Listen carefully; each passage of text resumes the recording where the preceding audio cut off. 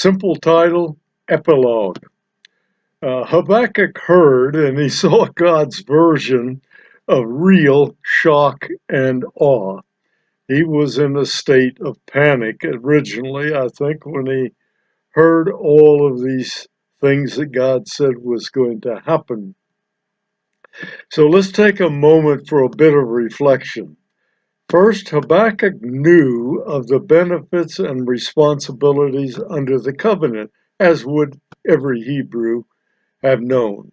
He knew that the blessings required obedience to the responsibilities and the commands. He also knew that chastisement would follow disobedience. That was Moses' swan song, the whole last part of Deuteronomy. As Habakkuk opened, we saw him agonizing over Judah's disobedience and God's seeming indifference. There was social injustice, there was violence, and generally not maintaining the covenant at all. He knew Judah's discipline was necessary before restoration could come. So that was all laid out in Deuteronomy by Moses while he was still Israel's leader.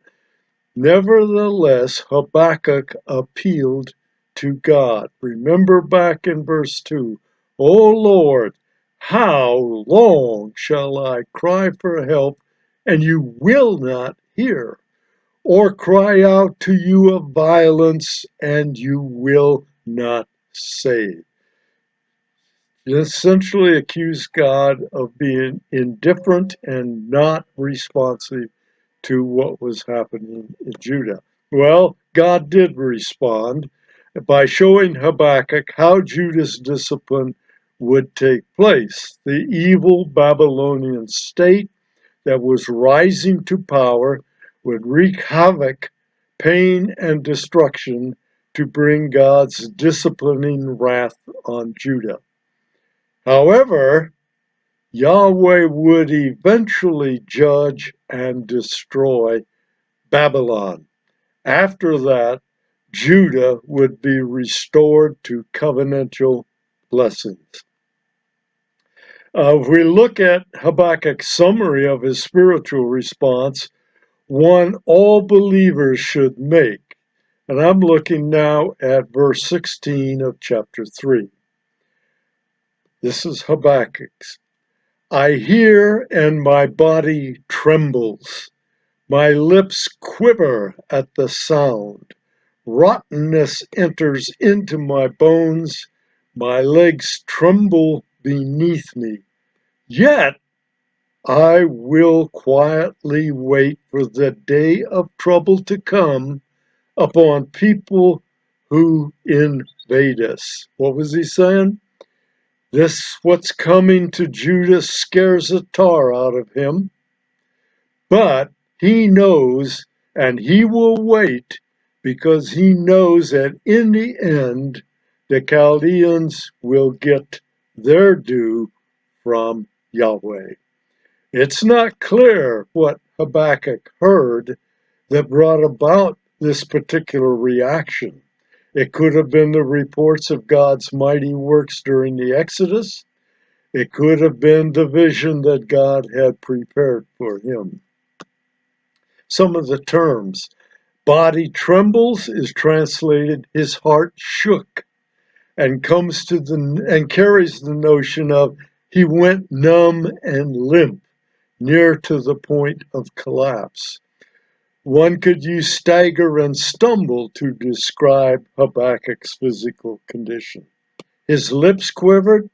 Try substituting stammer and stutter. He couldn't talk properly. Like sometimes I have a little trouble with some words, getting them spit out in an understandable fashion. Rottenness or decay, particularly with respect to bones, is a statement of extreme stress and affliction of the entire being, something David spoke of many times in the Psalms. In times of discipline by God. For example, Psalm 6:2. Be gracious to me, O Yahweh, for I am languishing. Heal me, O Yahweh, for my bones are troubled. When he felt forsaken by God, as in Psalm 22, verses 14 and 15. This is a messianic psalm. I am poured out like water, and all my bones are out of joint. My heart is like wax, it is melted within my breast. My strength is dried up like a potsherd, and my tongue sticks to my jaws. You lay me in the dust of death. And with respect to his sin in relationship with Bathsheba, in Psalm 32, verse 3, for when I kept silent, my bones wasted away through my groaning all day long. And you can find many other places where David spoke about the bones wasting away, shaking, coming to nothing. And Habakkuk seems to have agreed in principle also with Paul. In Romans 8:18, Paul said, for I consider that the sufferings of this present time are not worth comparing with the glory that is to be revealed to us. In other words, Habakkuk's at the point now where he says, I don't like what's coming. I know it's coming. I know that the Chaldeans will pay the price for it. I know it. I'll wait for it. I don't like it. But I know that in the end, reconciliation of Judah with God will be worth it. But then comes the word yet. That is, in spite of all the devastation of Judah by the Babylonians that lie on the horizon, Habakkuk was not a spiritual basket case. The word quietly or patiently implies a new sense of peace and purpose in this man Habakkuk. His spiritual response? He decided to wait humbly and in confidence for the fierce and dreaded discipline to be brought on by the Babylonians, but also for the destructions of the Babylonians for their evil treatment of Israel, and then finally the restoration that he knew would follow. So Habakkuk had hope. He had realized there was no option but to wait for the God of Israel to act. In the process of the vision and the dialogue, he had become absolutely convinced Judah's pain was temporary, but Babylon's pain was to be permanent. Do you think Habakkuk really wanted to see all of this happen? In what directions might he have been pulled at that moment in spite of his decision to wait patiently? In what directions might you have been pulled if you were a Jew or an Israelite waiting for this to happen? Or if you are a citizen of the United States praying for judgment on the United States to bring her back to God, how are you pulled? How could Habakkuk have possibly come to grips with all of this?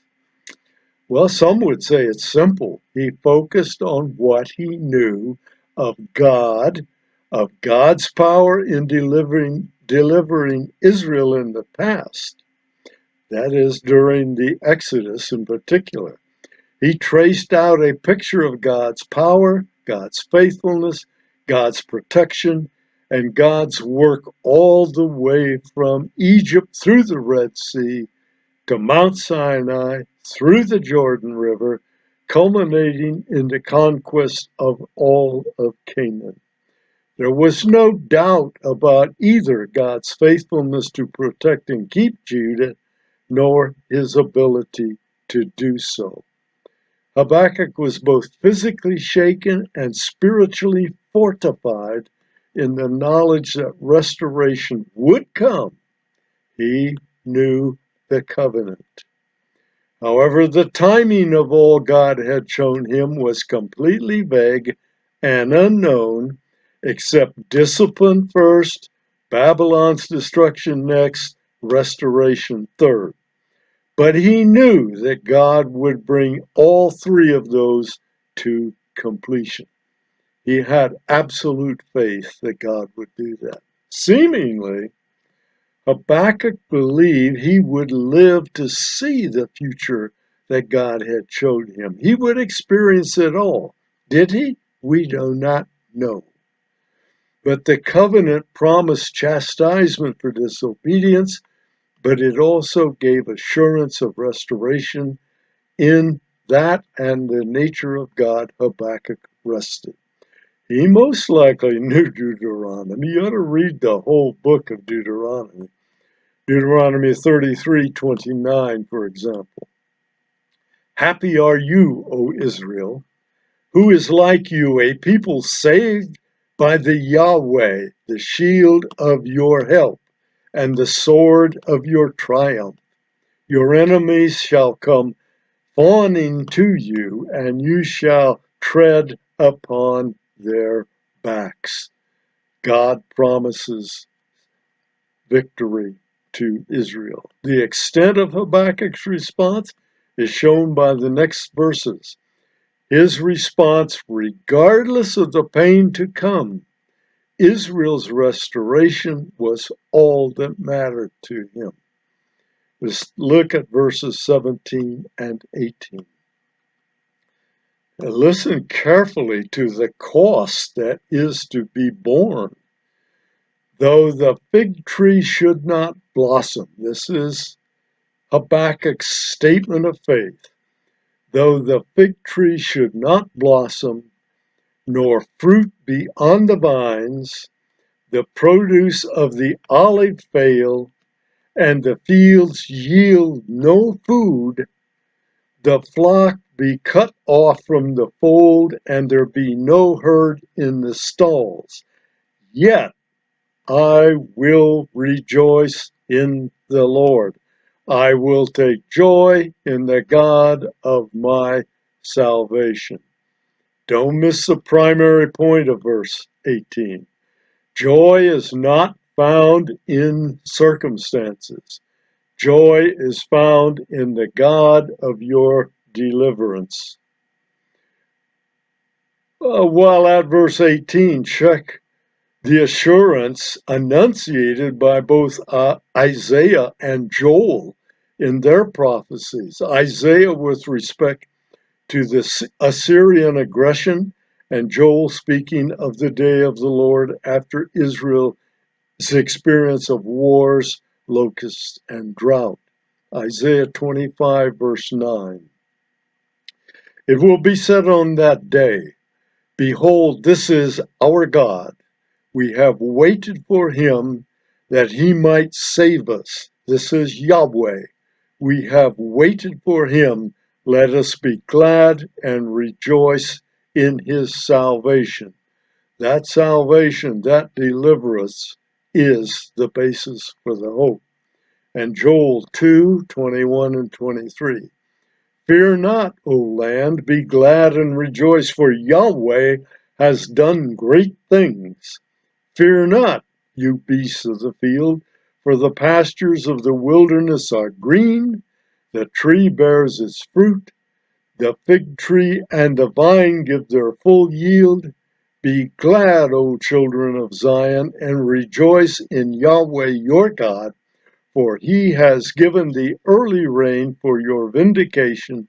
He has poured down for you abundant rain, the early and the latter rain as before. And Joel is speaking to Israel after a long period of drought, locusts, everything having been wiped out, everything that Habakkuk said he was knowing was possible, but that he would wait through it. That's the same thing Joel is saying. Again, Habakkuk had stated that he was prepared to trust God, but now he quantified how far he was willing to go. Though the covenants promised that prosperity depended upon obedience, Habakkuk would hold fast through the total collapse. And look at what he said was going to collapse, or that he would put up with collapsing. Agricultural output of famine-like proportion. No figs, no grapes, no oil, no grain, no good of any sort from the field, no meat, no milk. The resulting economic conditions from those problems. Do you think Habakkuk exaggerated? Well, check out what Jeremiah, also in the form of a complaint to God, said actually took place during the time of Babylon's military aggression toward Judah. He's speaking of the actual plight of the people in Judah, probably in the city of Jerusalem. And this is in Lamentations, starting in verse 12. They cry to their mothers, "Where is bread and wine?" as they faint like a wounded man in the streets of the city, as their life is poured out on their mother's bosom. And in verse 20, look, O Lord, and see, with whom have you dealt thus? Should women eat the fruit of their womb, the children of their tender care? Should priest and prophet be killed in the sanctuary of the Lord? 4:4. The tongue of the nursing infant sticks to the roof of its mouth for thirst. The children beg for food, but no one gives to them. Verse 9. Happier were the victims of the sword than the victims of hunger who wasted away, pierced by lack of the fruits of the field. The hands of compassionate women have boiled their own children. They became their food during the destruction of the daughter of my people. That was Israelites eating their own young because there was no choice, so they thought. Habakkuk told God that he was preparing himself to meet whatever lay ahead.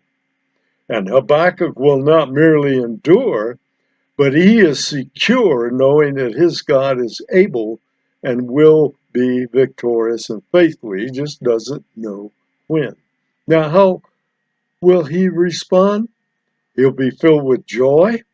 Habakkuk's joy will not wait until the restoration takes place, but will be a part of his spiritual condition through the whole process. Can you think of a fuller expression of faith in Scripture? Do you get the picture of a prophet with an intimate personal belief in the one true God? Note what the psalmist David said in 1846. The Lord lives, and blessed be my rock, and exalted be the God of my salvation. And in 25:5, lead me in your truth and teach me, for you are the God of my salvation. For you I wait all the day long. Habakkuk's going to wind up with praise, a song intended to be used in worship. Verse 19 of Hebrews 3. God, the Lord, is my strength. He makes my feet like the deer's. That's steady feet, sure feet, swift feet. He makes me tread on my high places, and with the feet of a deer he could tread safely. To the choir master with stringed instruments, he expected this to be sung. But think about the deer. It's secure on all kinds of Earth's surfaces, no matter what it is. He is secure because of the height, regardless of the height. He is strong, he is swift, and the deer is confident in his ability to escape danger. We also find David agreeing with Habakkuk, and this we saw in a reference It was repeated in Psalm 18:33, and this is from 2 Samuel 22, verse 34. He made my feet like the feet of a deer and set me secure on the heights.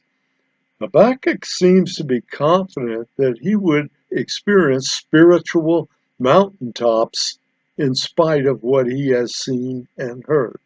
His God, Yahweh Adonai, the sovereign, all-powerful I Am, in his strength, he saw that, his unfailing source and sustenance. Habakkuk ends with another core principle. Triumph over circumstances come with trust. John, even in 1 John, made a similar comment. 1 John 5, verses 4 and 5. For everyone who has been born of God overcomes the world, and this is the victory that has overcome the world, our faith. Who is it that overcomes the world except the one who believes that Jesus is the Son of God? And Moses, speaking to the people of Israel in Deuteronomy 31:6, says, Be strong and courageous. Do not fear or be in dread of your enemies, for it is Yahweh your God who goes with you. He will not leave you or forsake you. He was encouraging Joshua. And to Joshua, he said directly, Then Moses summoned Joshua and said to him in the sight of all Israel, Be strong and courageous, for you shall go with this people into the land that Yahweh has sworn to their fathers to give to them, and you shall put them in possession of it. It is Yahweh who goes before you. He will be with you. He will not leave you or forsake you. Do not fear or be dismayed. And finally, Paul in Romans 11:33 through 36 says, Oh, the depth of the riches and the wisdom of the knowledge of God. How unsearchable are his judgments, how inscrutable his ways. For who has known the mind of the Lord, or who has been his counselor, or who has given a gift to him that he might be repaid? For from him, for from him, and through him, and to him all things. To him be glory forever. Amen. Are you as confident in your God as Moses was, as David was, as Habakkuk was, as John was, as Paul was? Can you trust Yahweh with your future? I've got a ton of questions here. I'm going to ask them to you in rapid fire sequence. You may want to listen to some, you may want to ignore some, you may want to replay this so you can copy them down. They're fairly straightforward. Let me begin with them. Have you ever grown for this country as Habakkuk did for Judah, as Nehemiah did for Israel, as Daniel did for Israel? Have you ever done that for the United States? Have you ever prayed for the United States to be chastised to bring it back to a belief in God? What form of national discipline would you be comfortable asking God to deliver? What nations, if I lose this, what form of national discipline, we asked that question a minute ago, what nations would consider appropriate for God to use to discipline the United States? Iran, Iraq, Syria, Mexico, Canada. How long would you be willing to endure such a disciplining process? A week, a month, a year, 5 years, 10 years, 20 years? 70 years, which may have been Habakkuk's situation. Could you worship God regardless of the form of that discipline for the United States? Are you sufficiently jealous of righteousness to undergo God's purging of this nation? What are you willing to undergo to know God more fully? What price are you willing to pay to know more about God? What could God do that would cause you to reject him? Have you ever pondered that question? What does your list of complaints against God hold? You have complaints against God? Have you taken them to him? Have you ever used sarcasm with God concerning his attributes and actions? Habakkuk certainly did. Have you ever thrown God's attributes back in his face? Saying, God, you are a God of love. How is this love that you're showing now?